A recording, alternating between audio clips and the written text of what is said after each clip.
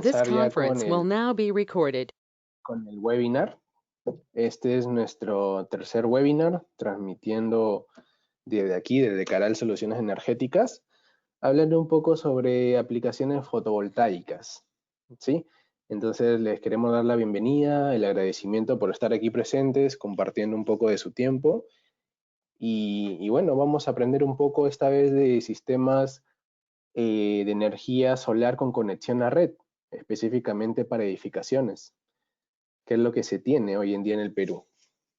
Permítame presentarme, yo soy Rolando Garay, trabajo como desarrollador de negocios y para los que no conocen Caral, les hablo brevemente de nosotros. Somos una empresa con algunos años de operación aquí en Perú.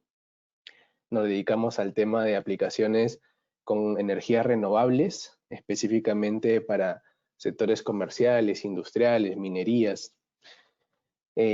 Contamos con muchas representaciones de grandes fabricantes, todo a nivel mundial, en este tipo de tecnología y tenemos un staff amplio de profesionales que ya han trabajado años en el sector. Así que sin más, comencemos. Ustedes conocían de que existe una ordenanza hoy en día, la cual otorga algunos beneficios en la construcción de edificaciones si es que se cubre la iluminación de ciertas partes con energía fotovoltaica. Esta es una ordenanza que sacó la Municipalidad de Miraflores en el mes de abril. Es la ordenanza número 539. En este caso, la ordenanza dice específicamente que si la iluminación se cubre con energía solar, como mínimo en el 50% de las áreas comunes, esta permitiría calificar con el tema de beneficios para aumentar pisos en la construcción de la edificación. En otras palabras, está diciendo de que emplear tecnología fotovoltaica es algo positivo para el edificio porque te va a permitir construir más. ¿Ok? Los invito a que revisen esta ordenanza. Está publicada en internet. Es la número 539 de la Municipalidad de Miraflores. Y así como la Municipalidad de Miraflores van a haber otras que los siguientes meses van a sacar anuncios similares, ordenanzas similares. ¿Ok? Ahora, ¿qué implica esto? ¿Qué implica que poner un sistema fotovoltaico en una edificación? ¿Qué implica que cubre el 50%? Eso es lo que vamos a conocer hoy. ¿Está bien? La dinámica va a ser la misma que la semana pasada. Para los que no estuvieron, les explico. Hacemos la presentación de unos 40 minutos aproximadamente y las preguntas las van poniendo al chat, ¿sí? Al final las vamos respondiendo todas. ¿Ok? Entonces, vayamos al punto. Para nosotros entender esto, primero tenemos que saber qué es un sistema de conexión a red. La definición sencilla es que un sistema de conexión a red es un sistema fotovoltaico que necesita presencia de una red eléctrica para operar. Esa es la definición más sencilla y sustancial que se le puede dar. ¿Sí? Sistema fotovoltaico que necesita la presencia de una red eléctrica para operar o para funcionar, si quieren llamarle así. Ahora, ¿este sistema de qué se compone? Cuenta con la parte del generador solar, que son los módulos fotovoltaicos, como lo podemos ver aquí. Cuenta con una parte que transforma la energía de los módulos fotovoltaicos en corriente, que se conoce como los inversores, ¿sí? Y cuenta con una tercera parte que es la medición de esa energía.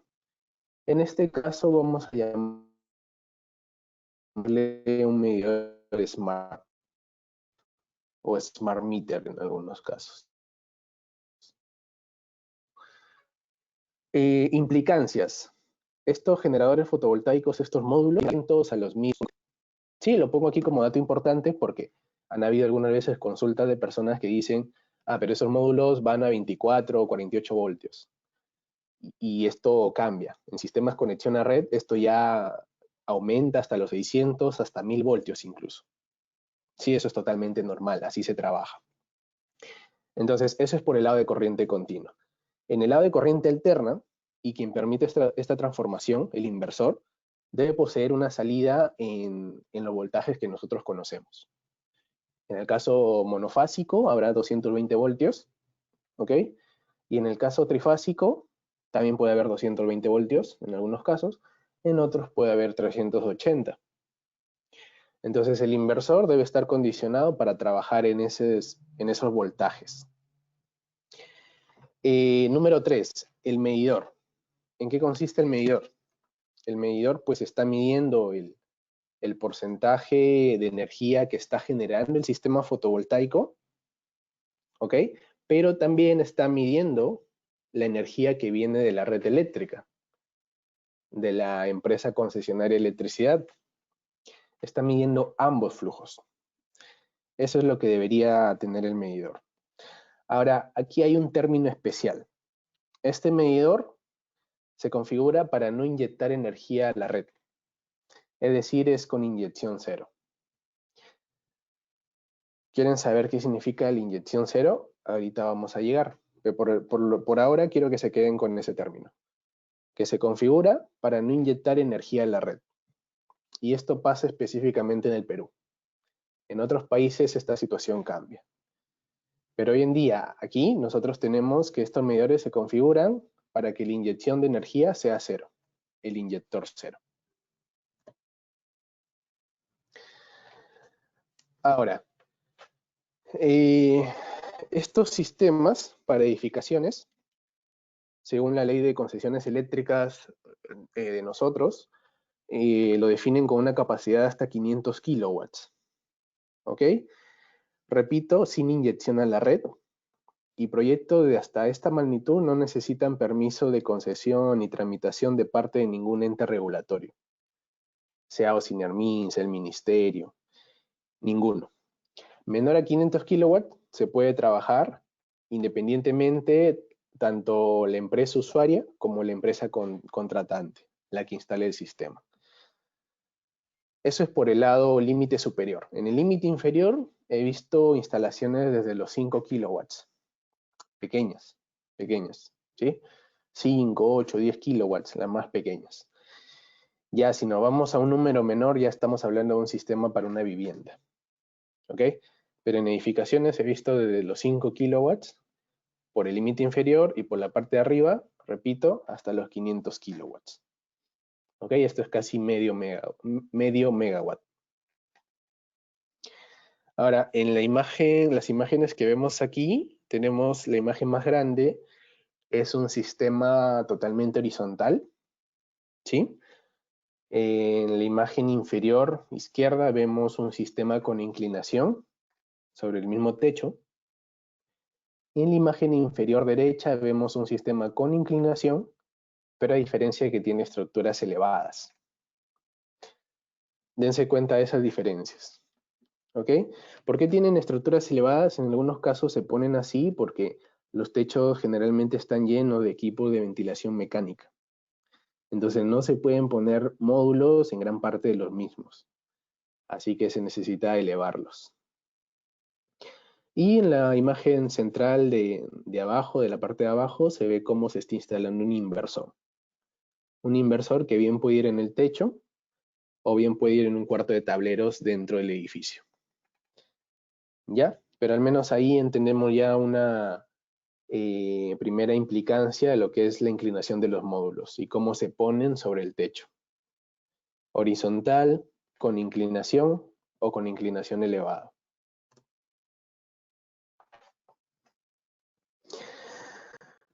Ahora, una normativa también importante es la normativa técnica peruana EM 080, instalaciones con energía solar. Esta normativa data del 2009 y figura dentro del Reglamento Nacional de Edificaciones. ¿Qué dice esta normativa? Pues en palabras sencillas describe especificaciones técnicas y que deben cumplir los sistemas fotovoltaicos aplicados en edificaciones. ¿Qué temas aborda? Aborda algunos temas como orientación, inclinación de los módulos, la parte de las estructuras y algunos aspectos básicos de los conductores y las protecciones. No está tan desarrollada esta normativa, sin embargo la menciono aquí. Igual los invito a que la busquen, a que la lean, pero la menciono aquí porque el año pasado, en agosto del 2019, se creó el Comité Técnico de Actualización de esta norma.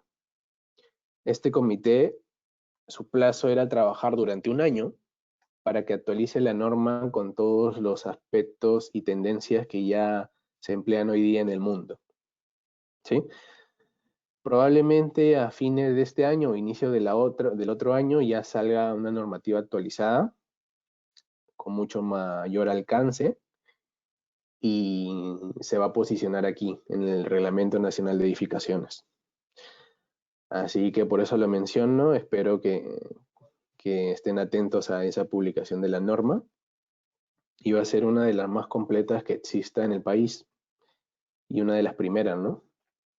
Porque la mayoría de normatividad aquí en el país está dirigida al tema del sector rural. En aplicaciones de conexión a red es casi nula el tema de legislación que se tiene.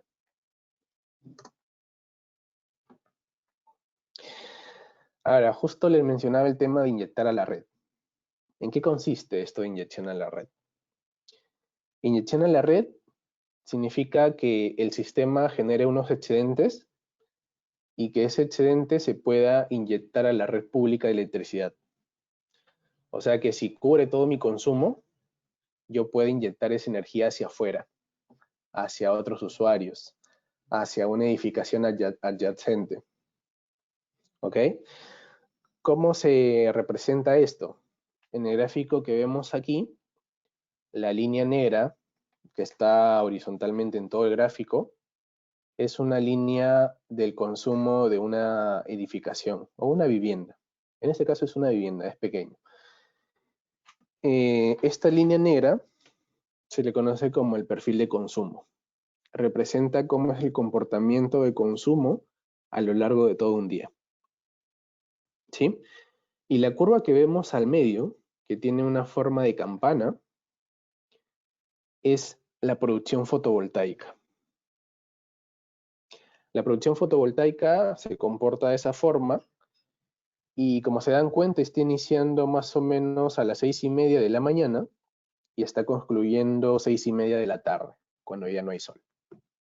Tiene un pico casi al mediodía, pero lo que quiero que noten aquí es que esa producción fotovoltaica se divide en dos colores, una parte ploma y una parte verde. La parte ploma es lo que está consumiendo el usuario directamente. Y la parte verde es el excedente que tiene debido a que el sistema fotovoltaico está produciendo más de lo que se consume. Entonces la pregunta es, ¿ese excedente a dónde se va? Como decía, si es que una reglamentación permitiría inyectar esos excedentes a la red eléctrica, pues irían por ahí, se contabilizarían, la empresa concesionaria de electricidad te los pagaría en algunos casos, pero esa reglamentación no hay todavía, no existe en el Perú como tal. Lo más cercano que tenemos es una ley de generación distribuida que todavía no está reglamentada y que por lo tanto no está vigente.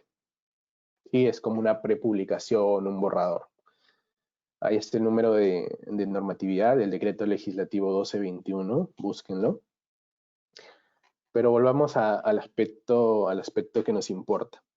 Entonces, si nosotros inyectaríamos a la red, en este caso, por ejemplo, toda esa energía estaríamos produciendo 5.85 kWh. Se ve en la parte superior derecha. ¿Sí? Pero en el Perú, como repito, no está reglamentado esto, entonces no se puede hacer. ¿Qué es lo que se hace hoy en el Perú? Ese excedente, la parte verde, no va. No va, se limita. ¿Y qué pasa cuando se limita? ¿Cómo es que queda? Pues el sistema queda así. La producción fotovoltaica cae. Ya no da todo lo que tiene para dar. Entonces, dense cuenta del nuevo número. El anterior era 5.85 y ahora la producción baja a 2.17. ¿Ya? Esta segunda imagen que estoy mostrando es un sistema sin inyección a la red. Quiere decir que no puede generar excedentes. Esos excedentes, al no generarlos, pues la energía que yo estoy aprovechando va a ser menor. ¿Qué tanto menor? Se va a adaptar ahí mucho a tu perfil de consumo. Sí, pero aquí estamos poniendo un ejemplo para que se entienda mejor cómo es que este tema de inyectar y no inyectar a la red puede perjudicarnos. En algunos casos. Pero ¿qué pasa? ¿Qué pasa cuando nuestro perfil de consumo es tan grande que ya no me interesa tanto si es que el sistema inyecta o no inyecta la red? ¿Cómo es eso? Aquí se entiende mejor. En este caso, la parte roja es todo el perfil de consumo. Y la parte ploma pequeña que ven ahí es la parte de generación fotovoltaica. Dense cuenta, el perfil de consumo está muy por encima de la producción fotovoltaica. Entonces, en este caso, sí se está aprovechando el 100% de la producción fotovoltaica. ¿Sí? En la gráfica se puede entender claramente. Se está aprovechando el 100% de lo que produce el sistema. No se está generando ninguna pérdida por limitar la inyección. Porque todo está por debajo del consumo de la edificación. Entonces, esto les quería mostrar porque esto es lo que sucede hoy en día. En muchos edificios, edificaciones, ocurre de que el consumo es gigantesco, porque lógicamente son áreas enormes, de muchos pisos, y la producción fotovoltaica, sistemas pequeños, sistemas pilotos, y es muy pequeña comparada con todo ese consumo. En este caso, por ejemplo, tenemos que la energía que se cubre es un 8%.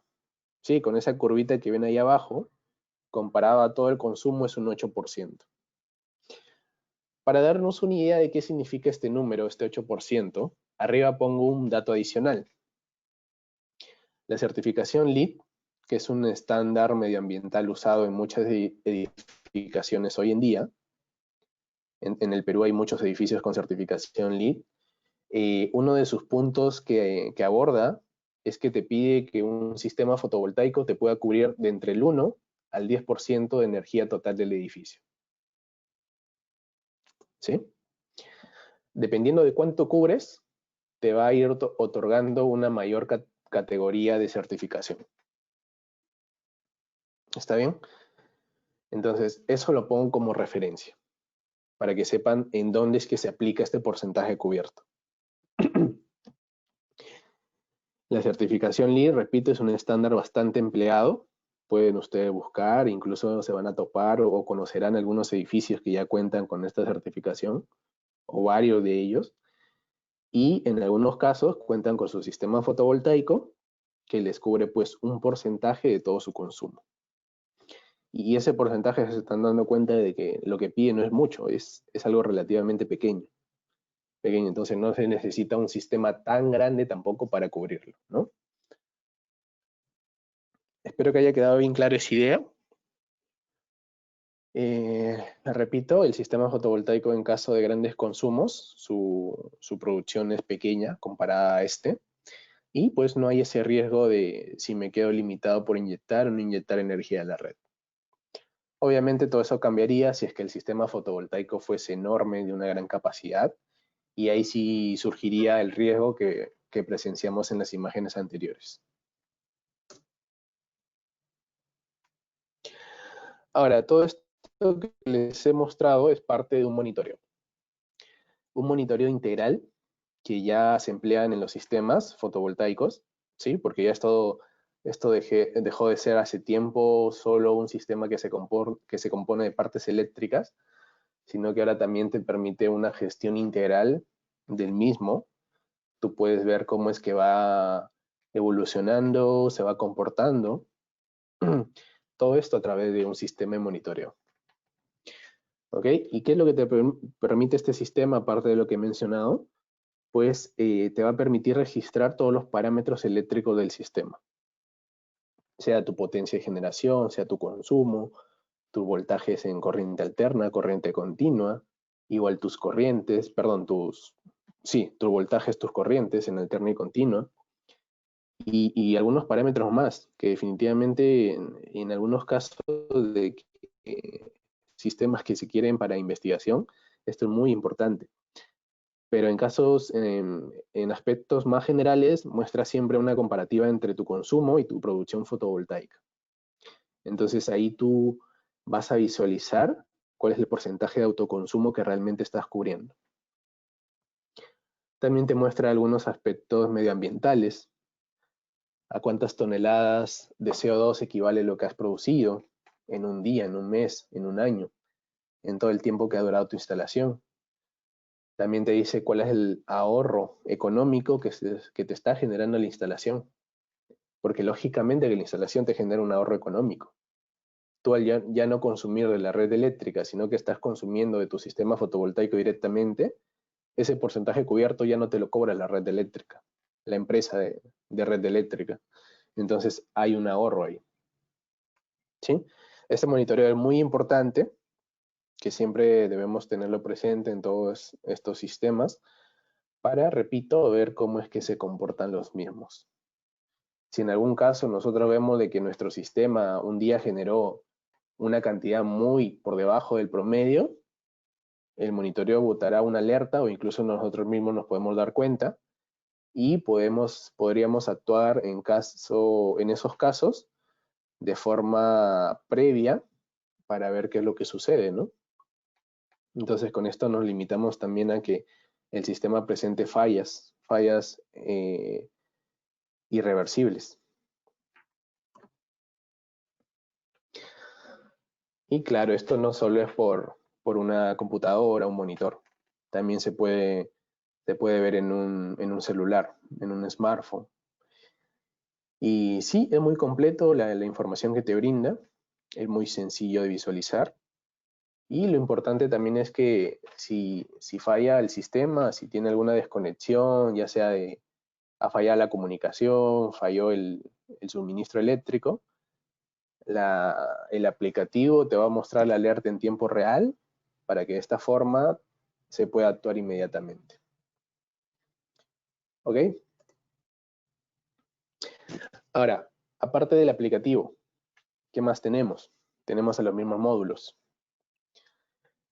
De los módulos hablamos la semana pasada. Mencionamos en un webinar cuáles son las innovaciones que se producen en estos módulos. Ahí los invito a que revisen nuestras redes sociales. Está colgado el material grabado en nuestro canal de YouTube y puedan contar con esta información. ¿Sí? Aquí le explico de forma sencilla. Los módulos empleados hoy en día, pues algunos serán de 72 celdas, otros serán de 144 celdas. Tecnologías que son tendencias como la tecnología PER o el Hall Cell, que mejoran la eficiencia de estos módulos. Y en promedio, el rango en el cual varían las potencias de estos equipos es de 330 a 400 watts. ¿Qué espacio ocupan? 2 metros cuadrados. Longitud, 2 metros de alto por 1 metro de ancho. ¿Sí? Esto lo menciono porque en algunos casos se necesita saber cuántos módulos yo puedo implementar en una determinada área. Sin embargo, 2 metros cuadrados no es la respuesta por módulo, porque siempre hay que darle una separación. ¿Sí? Como se ve en la imagen, siempre hay una separación entre módulos y módulos para que el de adelante no proyecte sombra hacia atrás. Con esta separación, que es aproximadamente 80 centímetros de distancia, el módulo ocupa en promedio 2.8 metros cuadrados. ¿Sí? En el mejor de los casos, 2.8 metros cuadrados. Entonces, si quieren hacer un cálculo de áreas, ya tendrían que emplear este nuevo valor. No 2 metros cuadrados, sino 2.8. ¿Ok? ¿Cómo es esto? O sea, si yo tengo un espacio de 100 metros cuadrados y inicialmente pensaba que mi módulo cubría 2, entonces diré que pueden entrar 50 módulos. pero eso es incorrecto. Entrarán 100 entre 2.8, que es más o menos 35 o 40 módulos. ¿Ok?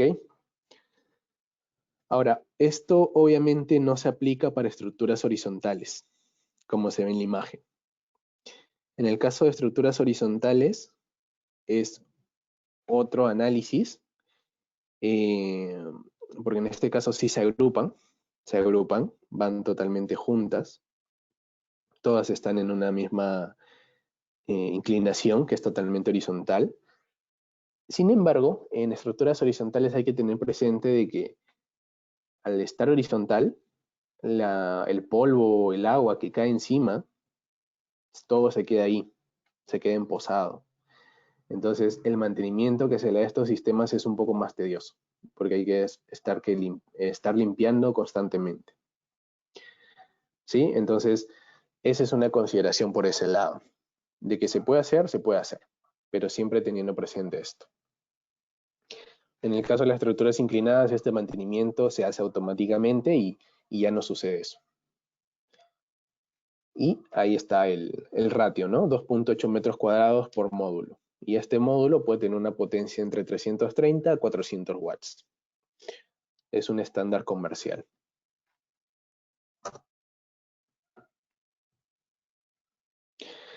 En el caso de inversores, que es la otra parte que complementa a los módulos, ¿sí? Porque dijimos que los inversores transforman la corriente continua en corriente alterna.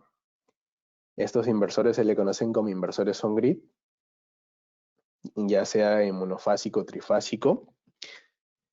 Y pues estos inversores se colocan, bueno, depende, ¿no? En algunos proyectos se pueden colocar cerca de los módulos, en el mismo techo incluso.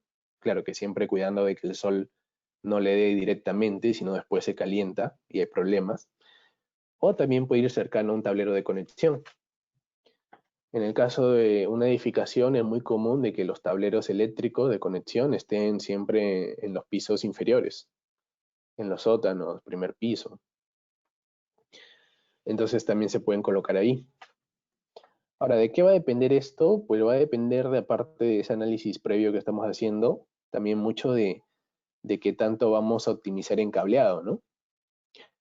Porque el sistema de los paneles, de los módulos fotovoltaicos, pueden tener desde 2 cables hasta, no sé, pues pueden tener 32 cables, si es que son muchos. Entonces, ahí hay que considerar, analizar qué me es más conveniente, ¿no? Si tirar 32 cables hasta mis pisos inferiores donde están mis tableros, o si es que mejor pongo el inversor arriba. Y si lo pongo el inversor arriba, pues solo tiraré 3 cables, 4 cables, dependiendo de si mi sistema es monofásico o trifásico. Pero claro que también hay que analizar el nivel de tensión. En algunos casos esos 32 cables pueden ser delgaditos, unas corrientes pequeñas, y en otros casos pueden ser corrientes elevadas, ¿no? Repito, el tema de la tensión en corriente DC va de 600 a 1000 voltios y en AC va de 220 a 380. Entonces ahí parece que en la parte AC hay una corriente mayor por haber una menor tensión. Esos aspectos es importante ya en la parte de la ingeniería del proyecto, ¿no? Analizar cuál es la mejor conveniencia. Si ubico mi inversor en el techo o en la parte inferior. Repito, dependiendo mucho de cómo optimizo yo mi sistema de cableado. Bueno, y lógicamente estos inversores deben tener los parámetros de la red eléctrica, ¿no? Tiene que comportarse de la misma forma. En algunos casos he visto errores de que ponen inversores, por ejemplo, a 50 Hz, cuando sabemos bien de que en Perú se trabaja a 60 Hz. Entonces no termina de sincronizarse el inversor. Y algunas potencias que se trabajan muy comunes, repito, muy comunes, no es que sean todas las potencias, son 10, 15, 25, 50, 70, 100 kilowatts. Y se puede colocar un inversor o se pueden colocar varios de ellos para un mismo proyecto. Ahí no hay ningún inconveniente. Entonces, esto es un poco de los inversores, ¿no? Que como ven en la imagen, en este caso están adosados a la pared. En otros casos pueden ir directamente montados sobre suelo, sobre piso, pero va a depender mucho del proyecto. Sí, entonces ya hemos visto el monitoreo, hemos visto los módulos, ahora un poco de los inversores, ¿no? ¿Y qué es los beneficios que me trae todo este sistema con todos estos elementos? Ya lo hemos visto que cubre parte del consumo energético, ¿sí? La parte ambiental también está siempre presente. Nosotros al consumir menos energía en la red eléctrica convencional, estamos reduciendo nuestra huella de carbono. Una ventaja importante es que se acopla a las instalaciones eléctricas que ya existen en los edificios. No es necesario implementar o hacer nuevos ductos, canalizaciones, no. Por lo general siempre se acopla. Hay ahorros dependiendo de la capacidad del sistema. Y estos ahorros no son solo por energía. En algunos casos también recorta los picos de potencia.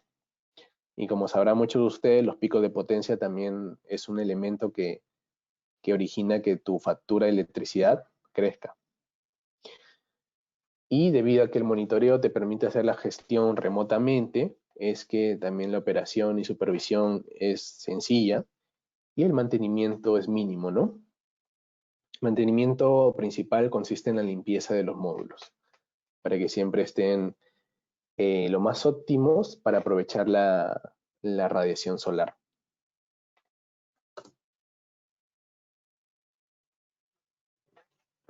Un dato importante, la inversión. ¿Cuánto cuestan sistemas de este tipo? Pues aquí se tiene una estadística que es a nivel mundial.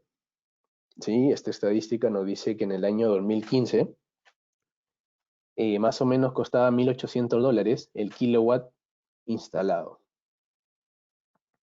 Kilowatt fotovoltaico instalado.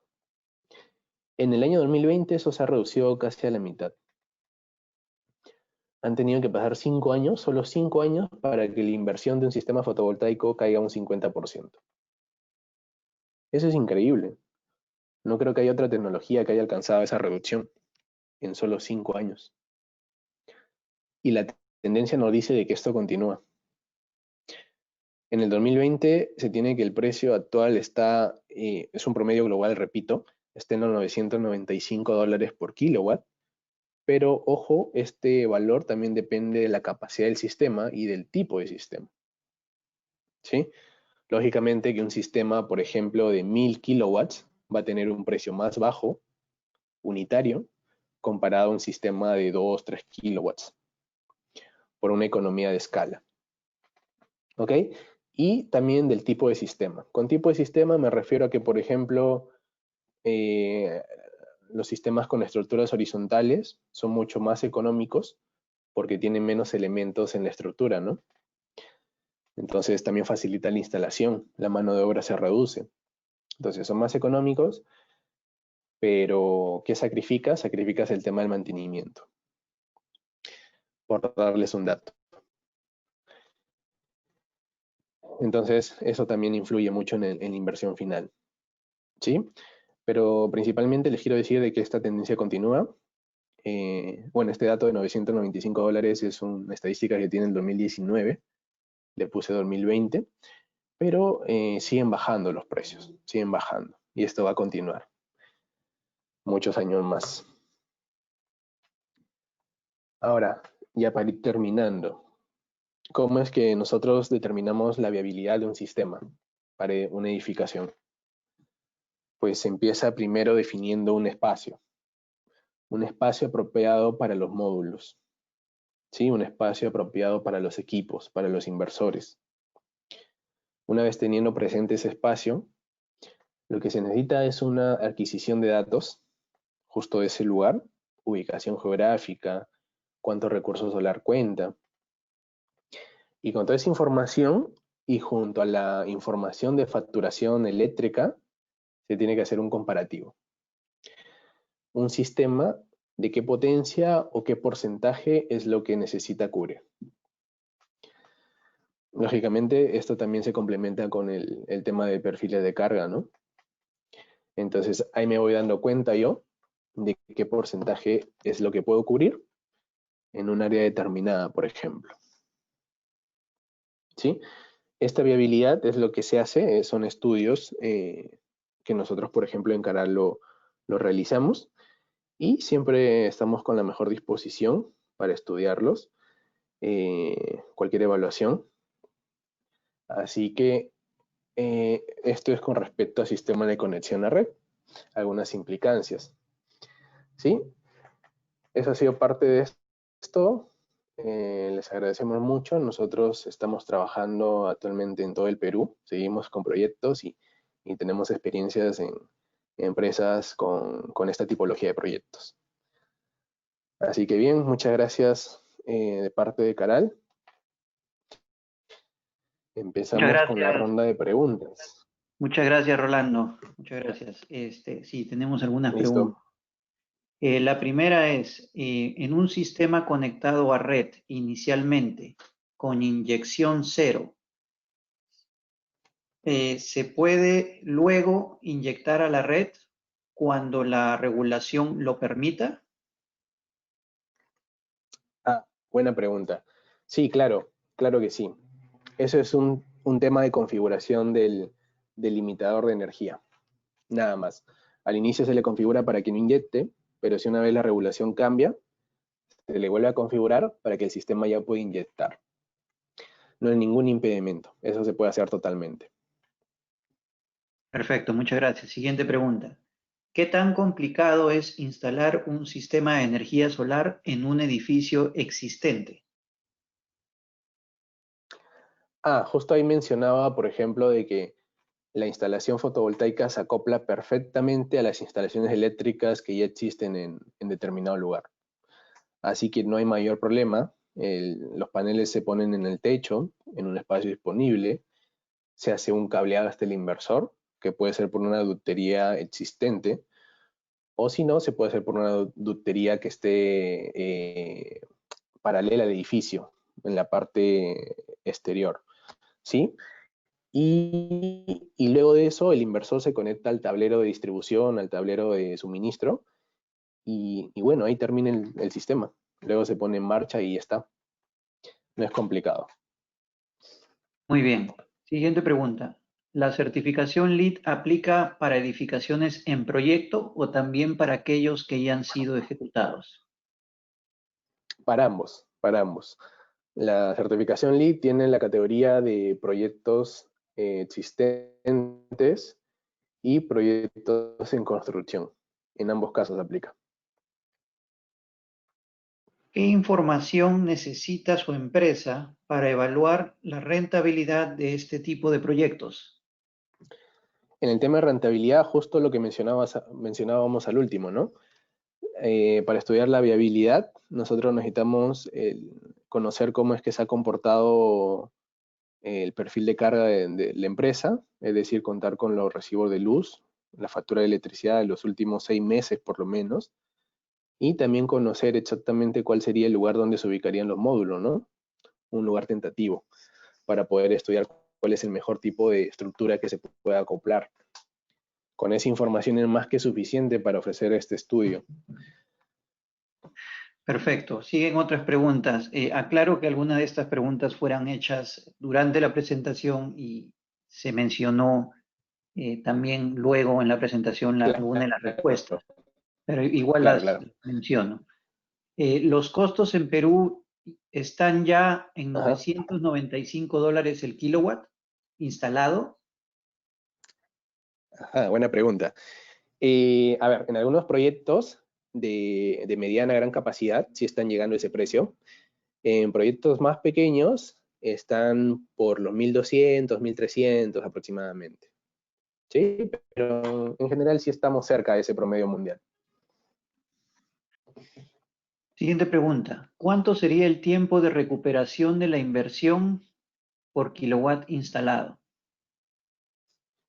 Ahí depende mucho del tipo de tarifa eléctrica que nosotros tengamos. Justo eso también lo explicamos en el webinar pasado. El tipo de tarifa eléctrica va a determinar de qué tan rentable es la energía fotovoltaica. Entonces estamos hablando, por ejemplo, en sistemas de edificaciones que por lo general cuentan con tarifas de media tensión, que el retorno está entre los 6 y 7 años. En el caso de edificaciones que cuenten con tarifa de baja tensión, el retorno puede estar entre los 3 4 años, con una vida útil del sistema de 25 años garantizados.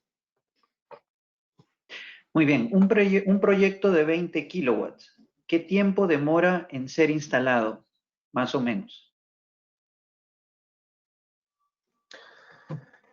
Bueno, el tema de instalación también depende de la accesibilidad al lugar, ¿no? O sea, si estamos hablando de un proyecto en Lima, probablemente... y un factor adicional es el tema de importación de equipos. Si se cuenta con todos los equipos en Lima y el lugar es de fácil acceso, pues no creo que tome más de 20 o 30 días tenerlo totalmente instalado. Si ese no es el caso, habría que esperar una importación que por lo general dura como 60 días y sumarle eso al tema de la instalación. O sea, estamos hablando de un tiempo máximo de 3 meses probablemente. Perfecto, desde Guatemala nos preguntan, ¿qué porcentaje de pérdidas existen cuando los módulos solares no se instalan con el ángulo ideal para el país? Ya, eso depende mucho. Porque, por ejemplo, el ángulo ideal puede ser 15 grados. Y si tú lo pones a 10 grados, tus pérdidas son insignificantes. Que va a ser muy diferente a que si tú lo pongas a 80 grados. Ya, y sí van a haber de repente pérdidas del 40% quizás. ¿Sí? Entonces depende mucho de qué ángulo te refieras. Pero si la diferencia es poca, estamos hablando de más o menos 15 grados, mejor dicho, más o menos 20 grados hacia arriba o hacia abajo, tus pérdidas son insignificantes. Siguiente pregunta, ¿qué vida útil tiene la planta? ¿Degrada su potencia con el tiempo? Sí, claro, degrada su potencia. Y esto es debido a un efecto natural en los módulos. Se degrada más o menos un 1% anual. ¿Sí? Vida útil de la planta, el 25 años. Nos estamos refiriendo a la vida útil de los módulos. Los inversores más o menos tienen garantizada una vida útil de 15 años aproximadamente. Siguiente pregunta, ¿qué beneficios me asegura la certificación LEED? ¿Qué beneficios? Bueno, es un estándar a nivel mundial. Es como decir, ¿qué beneficio me da tener una ISO? Es un estándar que definitivamente da representatividad a tu empresa, a tu edificación. Y es un estándar bastante difundido. ¿Sí? Por ese lado va. Perfecto. ¿Cada cuánto tiempo se debe realizar mantenimiento a un sistema fotovoltaico y puede detallar por cada elemento? Eso depende más que todo, como decía, de tener limpio siempre los módulos, ¿no? En algunos casos, con una limpieza mensual será suficiente. En otros casos más extremos, necesita una limpieza semanal. Y sí, el mantenimiento de los demás equipos, sea cableado, protecciones, inversores, todo eso lo hace la empresa contratante. Y eso es más que todo cada 6 meses o cada año que se hace. Ese es el promedio. Pero lo principal, como digo, es la limpieza, que va a depender mucho de la zona, de qué tanto se ensucien los módulos. Siguiente pregunta. Para edificaciones, ¿qué es más conveniente conectar? ¿Qué es más conveniente? ¿Conectar la red de AC a los tableros principales o a las celdas de media tensión de la subestación de los edificios? Ajá, buena pregunta. Ya, los inversores te votan en baja tensión. Así que, y bueno, en algunos casos las celdas pueden estar a media tensión. Así que ahí sería recomendable conectarlos siempre a los tableros, los que estén en baja tensión. Esa sería la respuesta. Porque si te vas a media tensión necesitarías un transformador. Perfecto. ¿Por qué no se ha masificado el autoconsumo en los comercios y pequeñas industrias? Buena pregunta, yo también me hago esa misma pregunta siempre. Yo creo que es más que todo por un tema de desconocimiento. Si la gente no conoce exactamente cómo es que funciona la tecnología, no va a optar por implementarla. Creo que por ese lado va mucho el tema. Por eso es importante difundir y que la gente conozca.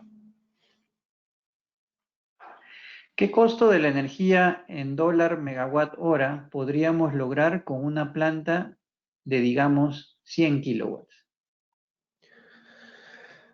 Estamos hablando de unos 60, 70 dólares más o menos.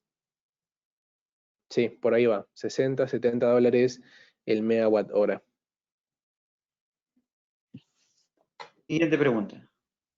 ¿Funciona en Lima en el invierno? Ese es un mito que siempre tiene la gente.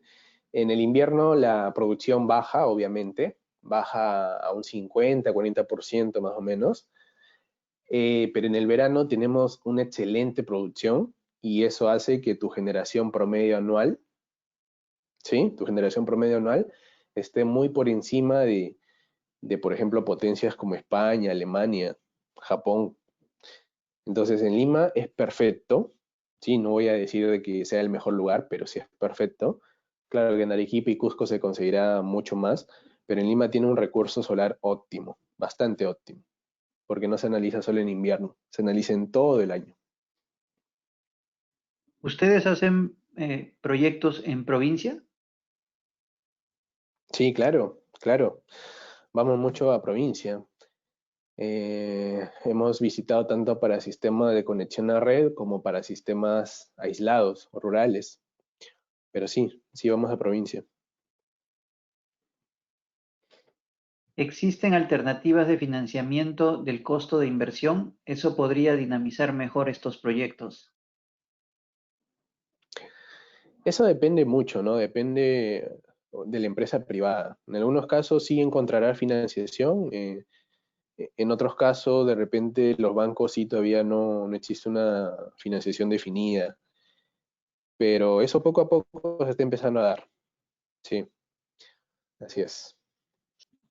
¿Cómo analizas el crecimiento de la demanda en sistemas fotovoltaicos en lo que queda del 2020? En lo que queda del 2020,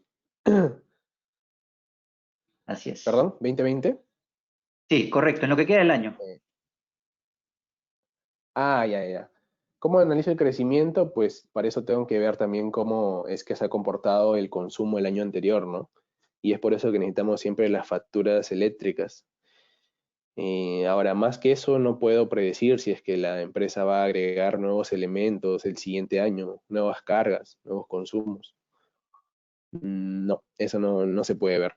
Pero sí, basándonos en el comportamiento de todo un año, por ejemplo, ya se puede ver la curva del siguiente año, ¿no? Entonces, mientras más información yo tenga también histórica, es que mejor voy a poder saber cómo es que se va a desempeñar el sistema y el consumo también. Excelente, Rolando. Esas serían todas las preguntas que tenemos.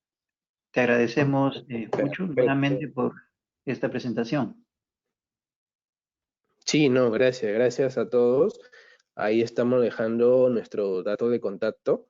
Escríbanos cualquier duda, cualquier colaboración, nosotros les apoyamos con mucho gusto. Y nada, les agradecerles una vez más por esto. Los invito a que sigan nuestras redes, ahí estamos publicando los webinars que se nos vienen. Vamos a tratar de que sea uno por semana, así que atentos y muchas gracias otra vez. Gracias a ti, Rolando. Invitamos a los participantes a que nos sigan en las redes, Caral Soluciones Energéticas, a nuestro web, caralenergia.com, para estar al tanto de los siguientes webinars que tenemos programados. Esto también estará grabado en nuestro canal de YouTube, donde pueden acceder y compartirlo con otras personas. Muchas gracias. Gracias, Listo, Rolando. gracias Guillermo. Gracias a todos. Hasta luego.